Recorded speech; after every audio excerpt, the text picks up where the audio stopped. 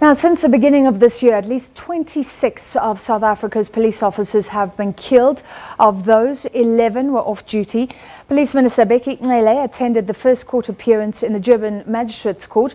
Of 4 suspects today, they've been arrested in connection with the killing of at least 2 officers in Ekurhuleni. Minister Cele has once again called for stiffer sentences for cop killers. Just one family member, reeling over the killing of his brother Ernest Ngwenya, a member of the Primrose Community Policing Forum, killed in his own home in June. They must just take the keys and throw them away so that we never see these culprits again. How do you go and knock on someone's door with the intent to kill? How evil must you be? Was later arrested with Ernest's firearm, appeared in the dock, but the media was not allowed to take footage. This as an identity parade is still to be conducted. But the Ngwenyas are not alone in facing their brother's alleged killer in court. The country's top cop also sat in the gallery. This following the killing of another policeman last week while responding to a complaint. If you kill the police, you are directly attacking the state, and the state must respond. Maybe many countries will have a special trial when it comes to killing the police. We will, if asked, to make sure that those that kill the police, they really get a special kind of trial, a special kind of treatment, and say to them, you are not going to attack the state and go and sleep at home. 3 men are due back in court on July the 31st and the other on August the 3rd. Griselda Lewis, SABC News in Germiston. Well, as you saw in that package from our Griselda Lewis, the police minister Bheki Cele came face to face with the 4 suspects linked to the murder of the officers as they appeared in the Germiston Magistrate's Court today. He strongly condemned what he's described as the continuing senseless killing of men and women in blue. It comes after one constable was shot and killed while responding to a crime in Ellsberg last week. Police managed to link one of the suspects to the murder of another constable who was also gunned down in Germiston. Well, we're joined now in studio by the Minister of Police. Good evening to you, Minister Cele, and thank you for talking to us in the studio tonight. First question to you is, why was it important for you to be there personally? When I was out of the country last week with the President's trip, and I received the message that another police has been gunned down. Yesterday, as I came back from the trip, I went to see the family. If I'm not mistaken, the police is 37 years old. The eldest daughter is 14 years. The youngest is 5 months in the mother's stomach. And those things, they really hit on you immediately. And I was happy that I was told that those people have been already reprimanded. I said to myself, I really wish to see this kind of guy, especially when they explained the accused number 1 with 8 murders. Not just 8 murders, yeah, including 2 police officers. So I just wanted to go and see the guy. It's important, of course, that we name them specifically, the 2 constable, Mutlalindo Matlatsi and Bafana Hlungwani, are yet 2 more names on what's becoming a long list of officers who die on duty. Yes, there are quite several of them. If I try to look back about 4 or 5 weekends back, we have been burying police, some of them very young. The one that was killed at Hillbrow was born in 1992.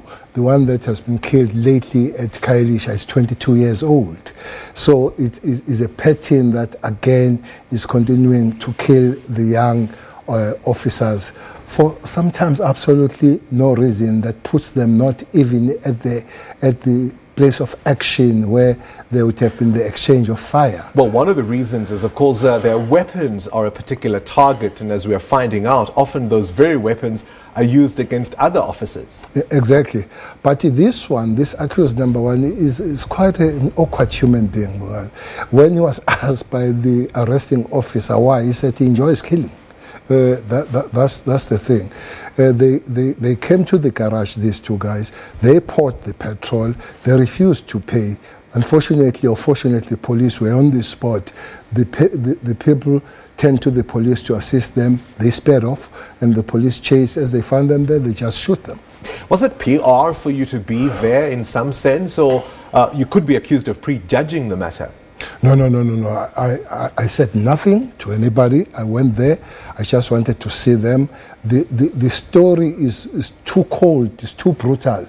And a special accused number one, I just wanted to see the face of this guy. So tell me about this multidisciplinary task force that managed to track down some of the suspects that we saw appear in court today. Well, I think we've got a good team there under Brigadier Ndlovu, who's leading the team. It will be your Hawks. It will be your quite experienced team of detectives that were there. They'll put on your special forces as they go to get these guys. Your TROT guys, your NIU is quite a team that is formidable, and they raise some matters. They've got many names, Bongane, linked to this team that we can't mention at the present moment because we're still on the hunt. Amazingly, I don't know, most of them are in KZN. For instance, this accused number one come from Mpang and accused number two come from Nongoma. And there are other mentioned from quite several areas. But I'm glad the way this team is really implementing their plan. Formidable, you say, but whether we're talking about officers that are being killed, 26 so far this year alone, or other crimes, cash in transit heists, for example, are we seeing these spikes as an indication that, in fact, the criminals, wherever they're from, are winning? Winning? No, absolutely no. But you're saying that every weekend you're burying officers, you don't seem to be able to stem the tide. Well, stemming the tide, it's the police is what do they do when they say, firstly, themselves, they must be streetwise to be able to protect themselves and all that. But the problem is when these things happen and you don't react, you don't find them. We are finding them. With the young men I spoke about of Hebrew, we have arrested those people. With Brigadier Mofokeng at Midlands Police Station, we have arrested those people. With the guy Matalzi, we have arrested those people. So it's ugly that we arrest them after they've killed the officers. But in the crux of the matter, we do find them. Of course, any arrest is to be welcomed, but we're talking about 6 officers killed around the country since the start of the year. I mean, let's look at the cash in transit heists. We've got, 178 since January. That's almost one every single day. It's only marginally up from 140 in the same period last year. Those are not great numbers to boast about. Fully so. I agree with you. But it's always interesting that when you talk about these numbers of cashers, you don't talk about, well, somebody issued an article that I was not very happy about it on the Sunday Times, but we have just passed almost 40 numbers of these guys who are going for cashers from the 4th of June this year, starting with your Boksburg, most infamous one. We have arrested quite top guys on the matter. Where's the money? Well, the money, some of it is found, but some of the money is not found. We'll be working towards finding the money going forward. Let's talk about KZN. We've seen in recent weeks a number of unexploded devices found in various parts of the city, all, of course, in the wake of that awful attack on that mosque in Verulam in Durban. We saw an attack in Malmesbury. Should South Africans be afraid to go to the shopping malls? No, not at all. They should go. Those devices, well, I don't know why people call them bombs. They are devices put there to cause some fire and some inflammable kind of things, like your petrol, like your curtains and all that. I think 2 of them... I mean, these guys are brazen enough to put them in a police station. They did not. Was that false reporting? Yes. The police station one was a false report, which is a new thing, again, of these media, social media, where people, they call things that never happened. That one was false. It was the mosque one, 2 Woolworths shops, and the others it has. We've seen them at a spa, we've seen them at a Woolies, you know, the mosque attack, for example. I mean, have you made any arrests? Do you have any leads? Definitely not for the mosque per se, but the leads, yes. Today, there was a meeting between the NPA and the Hawks, because the matter has been taken by Hawks National. There was a meeting today of finalizing their 2 suspects that is in their hands. But I suppose the problem was that attack was so horrific. It's something we're just completely not familiar with seeing in South Africa. It's been a number of weeks now. No one's behind bars. Definitely no one behind bars, but I've just said to you, 2 people, Hawks and the NPA, have come together to look. As you say, is a new thing in South Africa. So then there are no referrals on the matter, but police are working towards the matter. As I say to you, 2 people identified. We need to be immaculate with the case so that when we hit, we don't miss.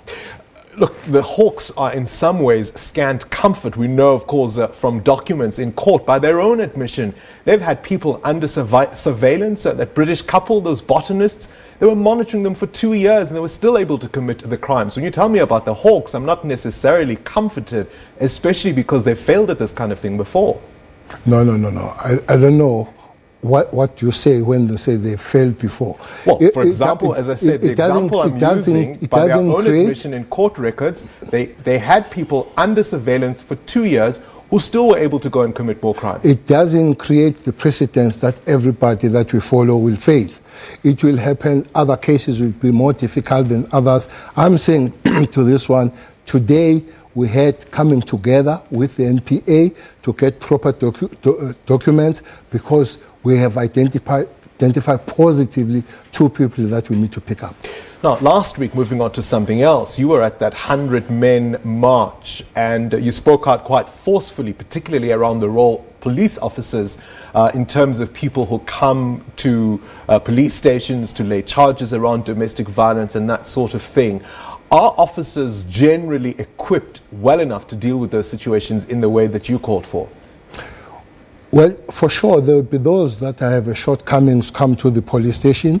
There will be those that are well equipped. We have a special unit within the South African police that is dealing with the issues of women and children. Yes, I agree, not in every police station, but in the cluster level, they will be there to take over the cases. But also is an attitude and behavior of the South African police, some of them who still disregard or still regard the matter of abuse as a non-issue. That's the thing we're trying to drum to them, that when a woman comes to report the abuse, don't send her back for negotiations. That's not your job. Your job is to arrest an abuser and make sure that the person goes through processes. Story in the news, of course, today, well-known business couple, charges laid at a police station of domestic violence. Then they said those were withdrawn. It's not up to them, is it? Who, the police? Well, it's not up to the complainants to simply say we've changed our minds now. But it is one thing that I think we need to fight on, to say to women, please don't withdraw these cases. By the way, if they are withdrawn, the police, even the Hawks, even the NPA, we have the right, the way of reinstating those cases. So they're not withdrawn unless you say they're withdrawn, effectively? Until we agree that they're withdrawn, we can reinstate them if we believe that there is a case to answer. Political killings, that also remains a headache. I mean, the figures that came out of the Morana Commission were simply staggering. What, between 2011 to the start of 2017, 104 people killed? The president on that one instructed the cluster, the security cluster. We have gone down to KZN. I'm very pleased that I'm reporting a new team completely of 33 Hawks and detectives with the new command altogether that has started working in KZN. I received, as I come back, the information and the report to say, looks like very soon we'll be cracking them. So we had to send the new teams to work on the matter. And because we do have you here in the studio with us, where are we on the Senzo Mewiwa matter? Understand that we're not much further on that one? I read on the paper, thanks, it was not a serious paper, it was a tabloid that I worked with, so that the case has been closed. The Senzo Mewa case has not been closed to such an extent. Itself, we're enhancing, bringing the new experience on dealing with the matter. Yes, we haven't moved much distance as we would love, but it's a very hot case. It's got nothing to do with being a cold case. We are working on it. I mean, to some degree, I have obviously sympathy with you in the sense that you haven't been back in the police or law enforcement for very long. Certainly as minister, it's a new portfolio for you, but I'm hearing great promises. I'm hearing the sense that we're looking at this, we've got more specialized units, promises. The experience of many people living on the ground from all the crime categories I've mentioned says something vastly different. But the same communities, you go and ask them their experience of policing 2009, 2010, 2011, they felt much better. We want to go to that degree. There are good things that we did in that particular period that were dismantled on the way when one was in there. We're trying to put all the experiences that worked during that time to pull them back. But it's not always about just tough talk. I mean, looking back to your time as the country's top cop, any regrets about some of the statements that were attributed to you? Well, some of them were attributed by you, media, and I've called the evidence. Nobody has come with it. For instance, a statement like shoot to kill, I've called the written statement on that. I've called the electronic statement. Nobody could show that because I never said it. But I have stuck to the law, and I have said to the police they must be tough, and I'm still calling the toughness when you deal with heartless, brutal criminals. You want South Africans to sleep peacefully tonight? They must sleep peaceful tonight, and it's going to be even better. All right, we'll leave it there with the Minister of Police, Bheki Cele. Back to Francis. Thanks, Mangani. US President Donald Trump